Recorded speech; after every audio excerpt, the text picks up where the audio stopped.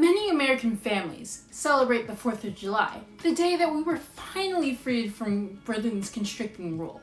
However, many don't realize the importance of the 19th of June. What does that have to do with anything? And what does it have to do with things like liberation and freedom in comparison to Independence Day? All that's coming on this week's episode of Understanding Culture.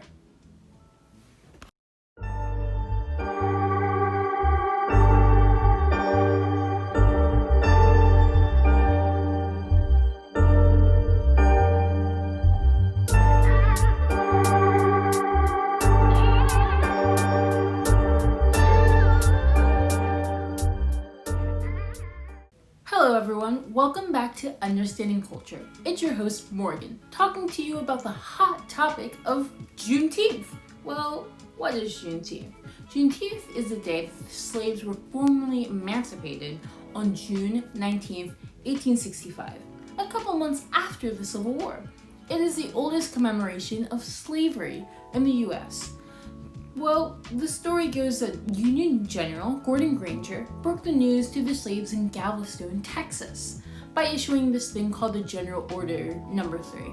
That stated, the people of Texas are informed that, in accordance with a proclamation from the Executive of the United States, all slaves are free.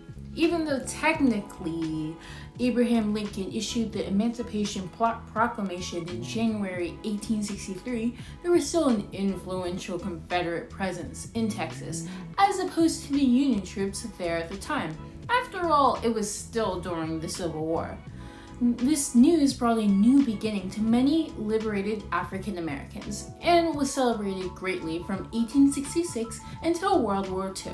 The celebration of the holiday continued to vary throughout the decades until Texas passed a bill declaring Emancipation Day, Juneteenth, an official holiday starting in 1980. Since then, it has been celebrated through parades and all kinds of get-togethers. Maybe this will inspire you to have your own, or better yet, petition for Juneteenth to be an official holiday in your state.